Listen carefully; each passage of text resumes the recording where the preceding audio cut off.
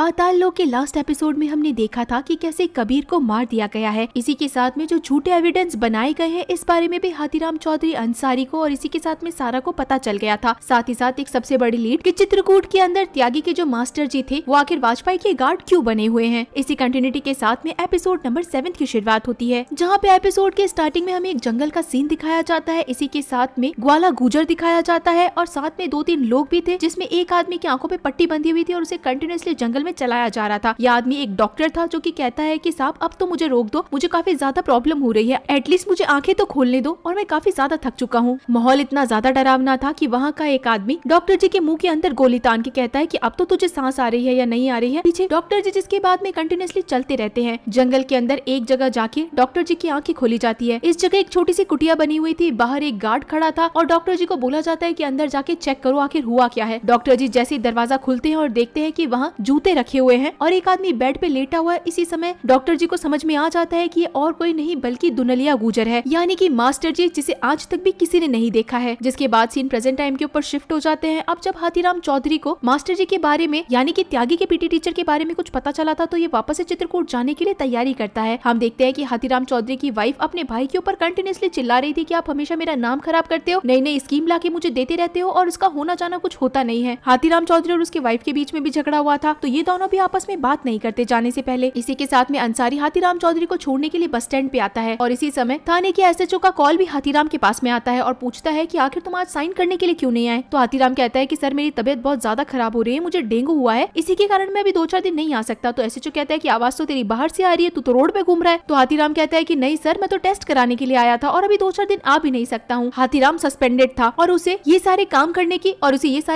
की परमिशन नहीं थी, उसके बावजूद भी वो इस केस के ऊपर कंटिन्यूअसली इन्वेस्टिगेशन कर ही रहा था। जाने से पहले अंसारी हाथीराम को अपनी ऑफिशियल गन देता है और बोलता है कि सर आप वहाँ पे अकेले जा रहे हैं, ऊपर से वहाँ का माहौल भी ठीक नहीं है, सारे नक्सली लोग भरे हुए हैं वहाँ पे, भगवान न करे आपको फिर कुछ हो जाए तो। इस चक्कर के अंदर अंसारी की जॉब भी जा सकती थी, लेकिन फिर भी वो खुद की जॉब की परवाह किए बिना हाथीराम को अपनी गन दे देता है। हाथीराम भी कहता है कि देख तू अब मन लगा के पढ़ाई करना, तुझे आगे से आगे बढ़ना है, इस जॉब के अंदर ऐसे मत अटके रहना जैसे कि मैं अटका हुआ हूँ। जिसके बाद सीन जेल का दिखाया जाता है, जहाँ पे सारे लोगों को नहाने के लिए कोई फैसिलिटी नहीं मिलती है, बल्कि सारे के सारे कैदी एक साथ में बैठ के नहाते हैं। अब बेचारा चीनी जो कि हमेशा से एक लड़की बन के रहा है, उसे काफी ज्यादा शर्म आती है इतने सारे लोगों के बीच में बाहर नहाने के अंदर। इसी के साथ में एक आदमी चीनी को बहुत ही बुरी नजर से देखता है और चीनी बेचारा वहाँ से फटाफट नहा धो के निकल जाता है। तोप सिंह अपने हाथ के ऊपर पानी डाल रहा था, यानी कि वो चंदा को याद कर रहा था और इसी के साथ में त्यागी दिखाया जाता है। उसके सामने से एक प्यारा सा कुत्ता निकलता है जिसे त्यागी देख के थोड़ी सी स्माइल करने लग जाता है और वहाँ के लोग उस कुत्ते के साथ खेल रहे थे, लेकिन तभी एक आदमी उस कुत्ते को लात मार देता है। जिसके बाद तो त्यागी को इतना बुरा गुस्सा आता है कि सीधा वो अपने सर से उसका सर फोड़ देता है और बहुत बुरी तरीके से मारता है। देखते ही देखते सारे पुलिस वाले इकट्ठे हो जाते हैं और त्यागी को उठा के नीचे पटक देते हैं और उसके हाथ बांध देते हैं। इसका मतलब साफ था कि त्यागी को ये चीज बिल्कुल पसंद नहीं थी कि कुत्ते के साथ किसी भी तरीके की कोई नाइंसाफी हो। सीन वापस से हाथीराम चौधरी के ऊपर शिफ्ट होता है जो कि बस के अंदर बैठा था और तभी एकदम से बस रुक जाती है। पता चलता है कि रात के अंदर एक कुत्ता इस बस के सामने आ गया और बस के कंडक्टर को उससे कोई मतलब नहीं था कि बेचारा एक जानवर मर गया है। वो फटाफट से बस को चलवाता है और रवाना करवाता है क्योंकि ये एरिया रुकने के लिए बिल्कुल भी सेफ नहीं था। इसी के साथ हम संजीव मेहरा को देखते हैं जो कि विक्रम के साथ में अपनी डील तय कर चुका था और ये दोनों मिलके संजीव मेहरा के बॉस के पास आए थे, यानी कि अभी तक भी जो इस न्यूज चैनल का हेड था उसके पास में। संजीव मेहरा कहता है कि मैंने अगर आपके चैनल को डुबाया है तो मैंने इस चैनल को वापस से खड़ा किया है। पिछले टाइम पे जो आपको डील मिल रही थी उससे कई गुना ज्यादा आपको अभी पैसे मिल रहे हैं, तो आपको इसका थोड़ा बहुत तो क्रेडिट देना चाहिए। लेकिन संजीव मेहरा का बॉस अभी भी इन चीजों से बिल्कुल खुश नहीं था कि संजीव मेहरा एक ऐसा फेलियर वाला इंसान है जिसने पहले ही एक चैनल को डुबा दिया, उसके बाद में थोड़े बहुत कुछ अपडेट्स करके चैनल को ठीक कर दिया, लेकिन आगे जाके उसका फ्यूचर क्या है, आगे जाके उसका कोई भी फ्यूचर नहीं है। लेकिन कुछ दिनों के अंदर उसने ऐसे कारनामे करके दिखाए जिससे कि चैनल की पूरी हिस्ट्री बदल गई। जिसके बाद सीन हाथीराम के ऊपर शिफ्ट होता है जो कि इस समय चित्रकूट पहुंच चुका था। जैसे ही बस स्टैंड पे उतरता है तो वहाँ पे ऑटो वालों की लाइन लगी हुई थी, जिसमें से एक ऑटो वाला बोलता है कि सर आप तो जरूर कोई पत्रकार लग रहे हैं, यहाँ पे काफी सारे पत्रकार आते हैं और मैं कई लोगों को घुमाता हूँ। हाथीराम को वो आदमी ठीक लगता है और इसी के कारण हाथीराम उसके ऑटो में बैठ के वहाँ से निकल जाता है और सीधा स्कूल पहुंचता है। जाके वो सीधा प्रिंसिपल के रूम में बैठता है और फिर कहता है कि मुझे मास्टर जी से बात करनी है, यानी कि पीटी टीचर से। जब यहाँ पे पीटी टीचर को बुलाया जाता है तो वो कहते हैं कि सर मैंने तो आपको सारी इन्फॉर्मेशन दे दी, तो फिर आखिर आप मुझे क्यों बुलाने के लिए आए हैं। जिसके बाद में हाथीराम मास्टर जी को साइड में ले जाता है और उसके बाद कहता है कि आपने मुझे सब कुछ बता दिया, लेकिन आपने ये क्यों नहीं बताया कि आप त्यागी के ही मास्टर जी हैं और आप आखिर वाजपेयी के साथ में क्या कर रहे थे, आप किसी टाइम के अंदर पुलिस वालों के साथ थे, ये बात आप कब बताने वाले थे। हाथीराम वही पिक्चर मास्टर जी को दिखाता है और फिर पूछता है कि आखिर बताइए अब कहानी कहाँ से शुरू हुई थी। जिसके बाद कहानी एकदम से पास्ट में चली जाती है। मास्टर जी उस समय एक पुलिस ऑफिसर थे जो कि अपनी ड्यूटी दे रहे थे और उस पुलिस थाने के अंदर ही दुनलिया पहुंचा था, लेकिन दुनलिया को देखने की इजाजत किसी को भी नहीं थी। उस समय वहाँ के लोग उसकी पूजा किया करते थे। मास्टर जी चाहते थे कि एक बार बस वो दुनलिया से जाके मिल ले। इसी के कारण एक कमरे के दरवाजे को थोड़ा सा खोल के देखते, तभी एक आदमी पीछे से आके उनका गला पकड़ लेता है और बोलता है कि आज तक किसी ने उनकी परछाई तक नहीं देखी है और तू उनका चेहरा देखना चाहता है। तब मास्टर जी बताते हैं कि साहब मैं बहुत ज्यादा परेशान हूँ, मैं भी एक गुजर हूँ और मुझे दुनलिया जी से मिलना है। मुझे ये पुलिस की नौकरी नहीं करनी है, बल्कि मुझे तो फौज के अंदर शामिल होना है। तभी आदमी बताता है कि हर कोई इस फौज के अंदर शामिल नहीं हो सकता है और इसका फैसला तो खुद मास्टर जी करते हैं। जिसके बाद में ये आदमी उठा के मास्टर जी को सीधा दुनलिया के सामने ले आता है और मजाक करने लगता है कि ये आदमी चाहता है कि फौज में भर्ती हो जाए। तब मास्टर जी उंगली से मना कर देते हैं कि ये आदमी भर्ती नहीं हो सकता। बाकी लोग भी हंसने लगते हैं कि आखिर स्पोर्ट्स कोटा से पास हुआ अगर कोई भी आदमी पुलिस ऑफिसर बनता है तो उसका मन ही नहीं लगता। ऊपर से आखिर ये तो दुनलिया की फौज थी, यानी कि इन्हें भी मास्टर जी ही कहा जाता था कि मास्टर जी की फौज में जो आदमी जुड़ गया मतलब उसके तो भाग सिधर गए। लेकिन ये पुलिस ऑफिसर कंटिन्यूअसली यही बोलता जाता है कि मास्टर जी मुझे बस आपकी फौज में ले लो, मैं हर काम करने के लिए तैयार हूँ, आप मेरा जो भी परीक्षा लेंगे मैं सब कुछ दे दूंगा। लेकिन सबको पता था कि ये इतनी भारी परीक्षा से नहीं गुजर सकता। इसी के कारण मास्टर जी ने उसे काम दिया कि वाजपेयी जी हमारे खास है, वो ब्राह्मण देवता है और उनकी सेवा करिए। जो कोई भी उनसे मिलने के लिए आता है जाता है, सारी चीज की खबर रखते रहिए और हमें बताते रहिए। दुनलिया तो यहाँ से चला जाता है। जाने से पहले उसका आदमी पुलिस ऑफिसर को कह के जाता है कि अगर तूने धोखेबाजी करी तो उसकी सजा सिर्फ मौत है। जिसके बाद में मास्टर जी यानी कि पीटी टीचर हाथीराम को बताते हैं कि मेरे जैसे आदमी की बल्कि ऐसे 100 आदमियों की भी जरूरत नहीं है मास्टर जी को। वो एक नहीं बल्कि 1008 रूप के अंदर है, हर जगह उनके कोई ना कोई शाखा फैली हुई है। जिसके बाद में हाथीराम कहता है तो फिर आखिर तुम इस गैंग के अंदर शामिल कैसे हुए? पीटी टीचर बताता है कि ग्वाला गुजर और दुनलिया के पूरे गाँव के ऊपर हजारों एहसान हो रखे हैं और मेरे ऊपर भी उन्होंने 2 एहसान किए थे। जब मैंने पुलिस वाले की जॉब छोड़ी थी तो उसके बाद उन्होंने मुझे एक पीटी टीचर की जॉब पे लगा दिया था और इसी के साथ में मेरे एक स्टूडेंट की भी जान बचाई थी। ये स्टूडेंट और कोई नहीं बल्कि त्यागी खुद था। त्यागी ने जब 3 लड़कों का सर फोड़ा था तो त्यागी का ताऊजी उसे मारने के लिए आने वाला था। तब उसके पीटी टीचर ने त्यागी को यहाँ से भगाया और जाके सीधा ग्वाला गुजर के पास ले गया। ग्वाला गुजर को सारी सिचुएशन बताता है तो ग्वाला गुजर बताता है कि देखो इसकी जात अलग है, मास्टर जी कभी भी दूसरे जात के लड़के के लिए काम नहीं कर सकते। तब पीटी टीचर बहुत हाथाजोड़ी करते हैं और बताते हैं कि दुनलिया जी की फौज तो बहुत बड़ी है, उनकी फौज के अंदर तो हर किस्म और जात के लोग भर्ती है, तो आखिर इस लड़के की क्या गलती है? इसका हाथ देखिए, इसका हाथ नहीं बल्कि सिल्ली है, अभी के अभी 3 लड़कों का सर फोड़ के आया है और ये तो उनकी फौज में शामिल होने के लिए बिल्कुल सही लड़का है, आप बस इसे रख लीजिए। तब ग्वाला गुजर कहता है कि इसका फैसला मैं नहीं लेता बल्कि खुद मास्टर जी लेते हैं। तब पीटी टीचर कहता है कि इसका फैसला लेने के लिए इस लड़के का जिंदा रहना जरूरी है, बस इसे अभी के लिए बचा लीजिए। और अब तो त्यागी को सीधा दुनलिया के अड्डे पे लेके जाया जाता है, यानी कि वही जंगल जहाँ पे दुनलिया रहता था, लेकिन आज तक भी वो कभी बाहर नहीं आता। त्यागी को यहाँ पे रहते कई महीने बीत गए थे, खाने पीने का सामान मिल जाता, रहने की जगह मिल जाती, लेकिन आज तक भी उसके सामने वो आदमी नहीं आया था जिसने उसे वापस से जीवन दान दिया था। वो हर समय अब यही जपता रहता था कि बस मास्टर जी से एक बार उसकी मुलाकात हो जाए। तब मास्टर जी का एक आदमी जो कि पंडित जी था वो आके बताता है कि हर कोई मास्टर जी से मिल नहीं सकता, उनसे मिलने के लिए इतना जप और तप करना पड़ेगा जितना तू सोच भी नहीं सकता, और जिस दिन मिलेंगे तो तेरी सारी परीक्षा बाहर निकल जाएगी। उस जगह पे कुत्ते भी बहुत ज्यादा रहते थे और त्यागी को तो कुत्ते हमेशा से ही पसंद थे, इसी के कारण त्यागी का वहाँ पे बहुत ज्यादा मन लगा करता था। एक दिन की बात थी जब मास्टर जी खुद अब त्यागी की परीक्षा लेने के लिए पहुंच गए थे। पहले तो उन्हीं का ये आदमी त्यागी का मुंह पलट देता है और उसके बाद मास्टर जी कहना शुरू करते हैं कि मैंने तेरे बारे में बहुत सुना है कि तुझे कुत्ते पसंद है, तो पहली परीक्षा तो तेरी ऐसे ही पास हो गई। जो आदमी कुत्ते को बहुत प्यार करता है वो आदमी मन का बहुत सच्चा होता है, और उसके बाद रही परीक्षा की बात तो वो तो तुझे देनी ही पड़ेगी। बिना परीक्षा के तो कोई भी यहाँ पे सफल नहीं हुआ है और बिना परीक्षा के तो कोई मास्टर जी की फौज में आ ही नहीं पाया है। त्यागी कहता है कि मास्टर जी मैं आपकी हर परीक्षा देने के लिए तैयार हूँ, बस मुझे आपके पास में रख लीजिए। आखिरकार अब त्यागी को मास्टर जी का चेहरा दिखाया जाता है। त्यागी पलटता और सीधा मास्टर जी के पैर में गिर जाता है। जिसके बाद अब टाइम था कि त्यागी को अपनी परीक्षा देनी है, उसे द्रोणाचार्य वाली परीक्षा देने के लिए कहा जाता है। त्यागी एक भी मिनट बिना वेस्ट किए सीधा हथौड़ा उठाता है और अपने अंगूठे पे जोर से दे मारता है। हालांकि किसी को भी विश्वास नहीं था कि त्यागी इस परीक्षा के अंदर सफल हो पाएगा, लेकिन फिर भी त्यागी ने सबका मुंह बंद करा दिया और तभी से वक्त शुरू होता है त्यागी का मास्टर जी की फौज में भर्ती होने का। एक दिन त्यागी के पास में सबसे पहला असाइनमेंट आता है एक आदमी को मारने का। फोटो के साथ में त्यागी पहुंच जाता है उसी आदमी को मारने के लिए जहाँ पे उसके साथ में एक सीनियर भी था, जो कि बताता है कि अगर हम किसी का मर्डर करते हैं तो उसके लिए एक पैटर्न होता है, पहले कंटिन्यूअसली 2-3 दिन तक उसके ऊपर नजर रखनी होगी और उसके बाद हम उसे मारेंगे ताकि हमें पता चले कि उसके रोज के रूटीन क्या है। लेकिन त्यागी का खून इतना ज्यादा गर्म था कि वो इसी सीनियर को बोलता है कि तू बस गाड़ी चला। ये सीनियर बोलता है कि पागल है क्या तू, अभी इसको 2-4 दिन देखना है हमें, फिर हम सोचेंगे। लेकिन त्यागी कहता है कि बस तू गाड़ी चला। उसके बाद में त्यागी आगे बढ़ता है, जैसे उसका सस्पेक्ट सामने था त्यागी हथौड़ा उठाता और सीधा उसके आंख में दे मारता है। जिसके बाद तो ये मर्डर कोई मर्डर नहीं बल्कि कांड कहलाता है। देखते ही देखते त्यागी के पास में फोटोज नहीं बल्कि सीधा एल्बम आने लगे थे, यानी कि त्यागी मास्टर जी के फौज का सबसे शानदार सिपाही और इसी के साथ में शूटर बन चुका था, जो कि किसी से नहीं डरता था। जिसके बाद में अब सीन वापस से प्रेजेंट में आ जाता है। हाथीराम पीटी टीचर से पूछते कि अब त्यागी कहाँ पर है और किसके लिए काम करता है और इसी के साथ में संजीव मेहरा से उसका क्या कनेक्शन था। तब पीटी टीचर कहता है कि साहब मुझे उससे मिले तकरीबन 10 से 15 साल हो गए हैं, अब तो बस उसके किस्से सुनाई देते हैं। आखिर वो दिल्ली क्यों गया और किसे मारा होगा इस बारे में मुझे कुछ भी नहीं पता, मुझे जो भी पता था मैंने आपको सब कुछ बता दिया। जिसके बाद में हाथीराम पूछता है कि दुनलिया कहाँ पे मिलेगा। तो पीटी टीचर कहता है कि मैं उन लोगों में से हूँ जो उनके सामने रहकर भी उन्हें नहीं देख पाया और उसके बाद में जिंदा भी बच गया, मुझे आखिर कुछ नहीं पता कि वो कहाँ पे मिलेंगे। तब हाथीराम पूछता है ग्वाला गुजर कहाँ मिलेगा। तब पीटी टीचर बताता है कि हाँ, ग्वाला गुजर हर गुरुवार को एक मीटिंग बुलाता है जिसके अंदर वो गाँव वालों की काफी ज्यादा मदद करता है अपने भाई की खड़ाऊ लेके। खड़ाऊ का मीन्स होता है गाइस चप्पल लेके। हाथीराम भी उसी मीटिंग के अंदर पहुंच जाता है जहाँ पे कई सारे गाँव वाले बैठे थे। गाँव वालों का कहना था कि ये तो संत महात्मा लोग हैं, हम गुजर लोगों की इतनी ज्यादा मदद करते हैं जैसा कि कोई भगवान मदद करता है। तभी वहाँ से दुनलिया गुजर के साथ में काम करने वाले 2 लोग बाहर आते हैं और वो कहते हैं कि बोला था ना आज चले जाओ, आज ग्वाला गुजर बाहर नहीं आएंगे, दोनों बाहर गए हैं। तो सारे लोग कहते हैं कि अरे ऐसे कैसे बाहर चले गए, उन्हें हमारी बात तो सुननी चाहिए थी। तब ये दोनों बताते हैं कि वो बड़े लोग हैं, आज कोई काम आ गया था इसलिए बाहर चले गए, अगले हफ्ते आना, जाओ अभी यहाँ से सारे के सारे। तो लोग यहाँ से जाने लगते हैं। यही 2 लोग कंटिन्यूसली हाथीराम को घूर रहे थे और हाथीराम को भी लग जाता है कि इन्होंने मुझे देख लिया है, इसी कारण हाथीराम वहाँ से निकल जाता है। जिसके बाद सीन दिल्ली के अंदर शिफ्ट हो जाता है। यहाँ हम देखते हैं कि सारा अपना काम कर ही रही थी और तभी यहाँ पे संजीव मेहरा आता है जिसे कि सारा से बात करनी थी, क्योंकि सारा ने कई दिन हो गए थे और संजीव मेहरा से बात नहीं करी थी। असल के अंदर सारा काफी ज्यादा गुस्सा हो रखी थी संजीव मेहरा के इस एक्शन से कि उन्हें इन चारों के केस को सीबीआई वाला और आईएसआई वाला लुक नहीं देना चाहिए था। इसी के कारण सारा संजीव मेहरा के ऊपर कोई भाव नहीं देती। तब संजीव मेहरा उसके पास खड़ा होता है और चिल्ला के बोलता है कि